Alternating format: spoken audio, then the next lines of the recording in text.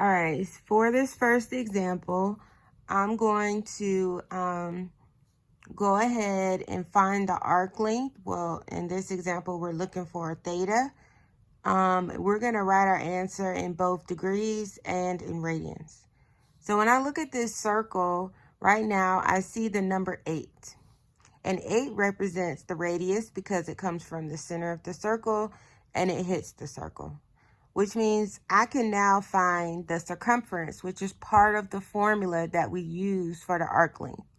So all we're doing is multiplying the circumference times the fraction of the circle, where theta is the central angle. So I'll write theta, and this is what we're looking for.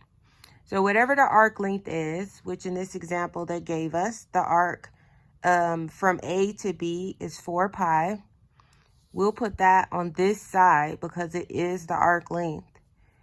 We won't be able to substitute for theta because that's what we're solving for. 360 will be on the bottom, and then we'll plug in whatever we get for our circumference here into this formula.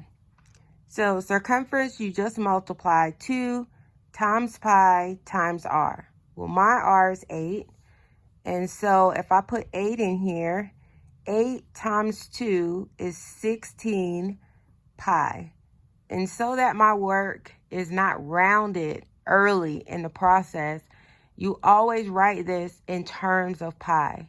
Let the calculator do all the rounding and all the work. All right, so we're ready to plug into our formula. So arc length equals theta over 360 times their circumference.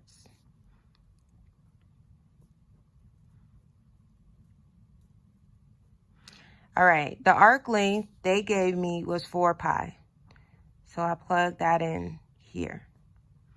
Now in Khan Academy, they will put it on your circle like this instead of telling you separately that the arc is 4 pi. But whatever they give you for the length of the arc, which is the shorter piece, not the entire circle, then that is your arc length. That's what arc length is. It's the length of the piece of the circle that's just the length of the arc from A here to B. All right, so we put 4 pi in. We can't put in for theta, so that's going to stay. 360 is on the bottom, and we're multiplying that by the circumference. And remember, we found circumference to be 16 pi. So this is like my x, or my variable. This is what I'm solving for. So on this side, we can simplify 16 over 36. My calculator doesn't do the alpha button, but if you use your TI-84 for iPhones or your Wabbit app, you can get the alpha y equals an enter button. All right, so since mine doesn't have the fraction button, I'll just use parentheses. So at the top of my fraction on this side, I'm going to have 16 pi. And I'm not going to put pi in because I want to leave it in terms of pi. So I just put the numbers in. 16 is on the top and 360 is on the bottom. So 16 divided by 360. It gives me a decimal. I don't want a decimal because I don't want to round. So I hit math and press enter twice. And it will turn it into a simplified version of the fraction. So now I can simplify this answer. Right now I have 4 pi equals, and we got 2 over 45. Remember, we didn't use pi, so I still have that. And then we have theta. So all we did was do this part. We multiplied 16 pi times 1 over 360 if you want. All right, so now I need to get rid of this. So that means I need to divide by all of that. So I'll say 2 pi over 45 is what I'm dividing by. And I do this on both sides. So 2 pi over 45. This will cancel. And then when I put this in my calculator, it will give me the answer. All right, so theta equals, and let's go to the calculator.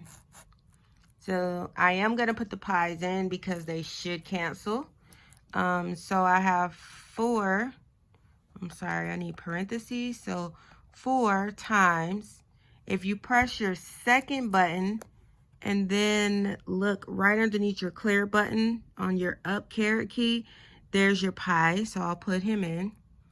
Close the parentheses because that's what's on the top. Then we're dividing by, and I need a new parenthesis for the bottom to tell the calculator to do all of this together.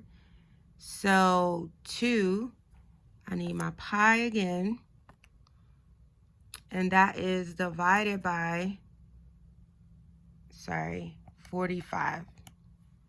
So I typed it in my calculator exactly the way I saw it, except for at the top, I use parentheses to tell the calculator, get the answer from this, get the answer from this, and then divide.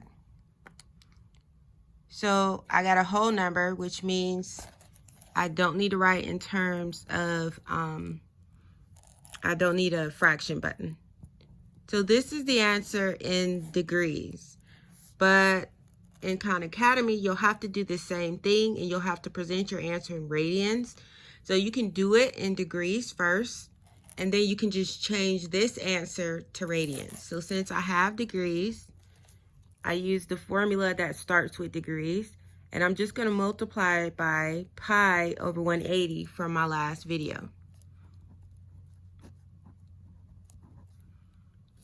All right, of course, 90 and 180, this would simplify to 1/2.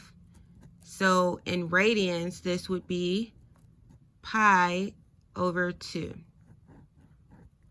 And that is my answer in both degrees and radians.